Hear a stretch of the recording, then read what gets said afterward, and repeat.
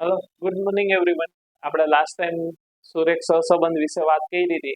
તેમાં સુરેખ સહસંબંધ ની પદ્ધતિઓ વિશે પણ વાત કરી હતી. તેમાં બીજી પદ્ધતિ આપણી હતી કાર્લ પિયર્સન, જેને ગુણન પ્રઘાતની પદ્ધતિ પણ કહેવામાં આવે છે, અને તેના સૂત્રો પણ જોયા હતા. 3 એના અલગ અલગ સૂત્રો હતા. બરાબર, તો એમાં આપણે આજે દાખલાની શરૂઆત કરીએ. તો આપણે આજે ઉદાહરણ 4 ગણીએ, જે એમાં આપ્યું છે કે નીચેની માહિતી પરથી સુરેખ સહસંબંધ શોધો. તેમાં પતિની ઉંમર અને પત્નીની ઉંમર એટલે કે બે ચલ આપ્યા છે, એક્સ અને વાય. તો લઈએ તો આપણે એક્સ અને વાય આવી રીતના ચલ આપ્યા છે.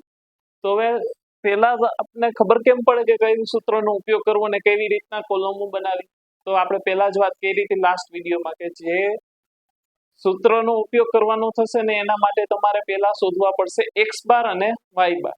તો કે સિગ્મા એક્સ ના છેદમાં એન એટલે તમને એક્સ બાર મળી જાય, અને સિગ્મા વાય છેદમાં એન બરાબર કરો એટલે તમને વાય બાર મળી જાય. જો એ પૂર્ણાંકમાં આવે તો આપણે જે એક્સ માઇનસ એક્સ બાર અને વાય માઇનસ વાય બાર વાળું જે સૂત્ર છે, બરાબર, એનો ઉપયોગ કરી શકીએ. અને જો અપૂર્ણાંકમાં આવે એક્સ બાર અને વાય બાર તો આપણે કાં તો એક્સ વાય વાળી રીત લેવી પડે ને કાં તો યુવી ની રીત લેવી પડે. બરાબર, તો આપણે એના માટે પહેલા એક્સ બાર અને વાય બાર શોધીએ. બરાબર, તો સિગ્મા એક્સ ગોતીએ તો કે એક્સ ની કોલમનો સરવાળો કરીએ 23, 27, 28, 29, 30, 31, 33, 35, 36 ને 39 એટલે સિગ્મા એક્સ આપને મળે 311. એવી રીતના સિગ્મા વાય ગોતીએ 18, 22, 23, 24, 25, 26, 28, 29, 30 ને 32 એટલે સિગ્મા વાય થાય 257. હવે એક સિગ્મા એક્સ અને સિગ્મા વાય છે, એન જોઈ લઈએ. અવલોકનોની સંખ્યા કેટલી છે? 1, 2, 3, 4, 5, 6, 7, 8, 9 ને 10. એન બરાબર છે 10. તો એક્સ બાર ગોતીએ. સિગ્મા એક્સ છેદમાં એન એટલે સિગ્મા એક્સ છે આપણી પાસે 311, એન છે 10 એટલે આપણે એક્સ બાર કેટલો થયો? 31.1. તો હવે આપણી પાસે એક સૂત્ર નતો થઈ, ખબર પડી જાય કે ઈ ચાલશે નહીં. બીજું સૂત્ર આપણે લેવું પડશે સિગ્મા એક્સ વાય વાળું, અથવા તો યુવી ની રીત આપણે ઉપયોગ કરી શકીએ. તો અવલોકનોની સંખ્યા નાની છે તો આપણે એક્સ વાય વાળી રીતનો ઉપયોગ કરશું. હવે એવી રીતના પેલા વાય બાર પણ શોધી લઈએ. વાય બાર બરાબર સિગ્મા વાય છેદમાં એન 257 આવ્યો છે સિગ્મા વાય, એને ભાગ્યા 10 એટલે 25.7 એટલે વાય બાર પણ કેવો છે? અપૂર્ણાંક છે. તો હવે આપણે આર શોધવો છે, તો એના માટેનું કયું સૂત્ર ઉપયોગ કરશું? આર બરાબર N sigma X Y minus sigma X into sigma Y છેદની અંદર રૂટમાં N sigma X square minus sigma X નો સ્ક્વેર ઇન્ટુ રૂટની અંદર N sigma Y square minus sigma Y નો સ્ક્વેર. આ સૂત્ર જોશે તેમાં આપણી પાસે એક્સ અને વાય તો મળી ગયા, પણ આ એક્સ વર્ગ ગોતવો પડશે અને વાય વર્ગ ગોતવો પડશે. સિગ્મા વાય સ્ક્વેર એ આપણી પાસે છે નહીં, તો બે કોલમ બનાવવી જોશે અને ત્રીજી કોલમ એક્સ વાય ની પણ બનાવવી પડશે. તો 3 કોલમ બનાવીએ. પહેલી એક્સ વર્ગ, વાય વર્ગ અને એક્સ વાય.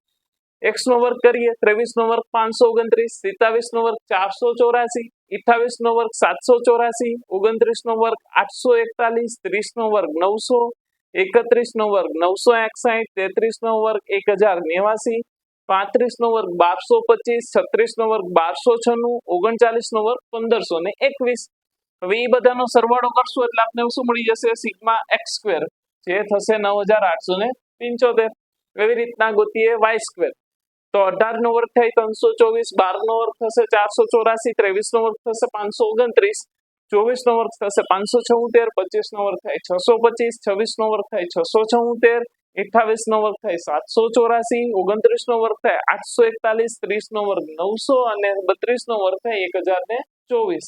હવે એનો આપણે સરવાળો કરીએ એટલે સિગ્મા વાય સ્ક્વેર મળે, જે છે 6763.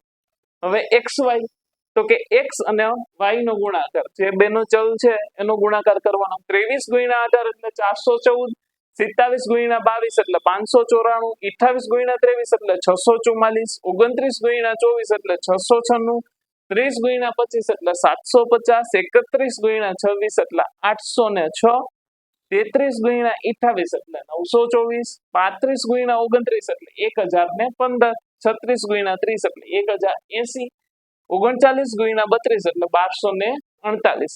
હવે આ કોલમનો આપણે સરવાળો કરશું એટલે આપણને મળે સિગ્મા એક્સ વાય, જે થાય 8171. હવે બધી કિંમતો આપણી પાસે છે મુખ્ય સૂત્રમાં.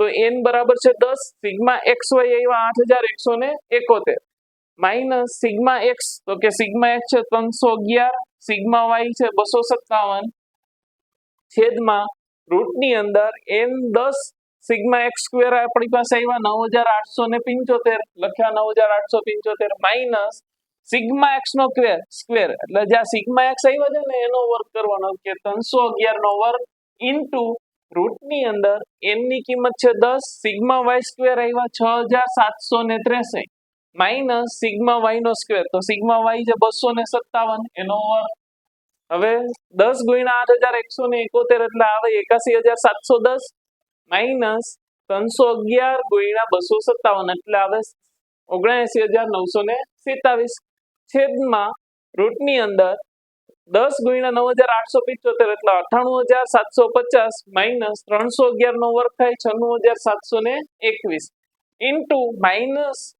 ઇન્ટુ રૂટની અંદર 10 ગુણ્યા 6763 એટલે થાય 67630 માઇનસ 257 નો વર્ગ થશે 66049 હવે સૂત્રમાં કરીએ આગળ પ્લસ માઇનસ તો 81710 માંથી 79927 ગયા તો આવશે 1783 છેદમાં રૂટની અંદર 98750 માંથી 96721 ગયા એટલે આવે 2029 ઇન્ટુ રૂટની અંદર છે 67630 માઇનસ 66049 કરીએ બાદ બાકી એટલે આવે 1581 1783 એમનો હવે આને રૂટમાંથી કાઢી નાખીએ તો 2029 ને રૂટમાંથી કાઢીએ તો આવે 4504 1581 ને રૂટમાંથી કાઢીએ તો આવે 39.76 1783 એમનો આ બંનેનો સરવાળો ગુણાકાર કરીએ તો આવે 1790.79 તો r બરાબર શું આવશે 0.995 તો આપણે r મળી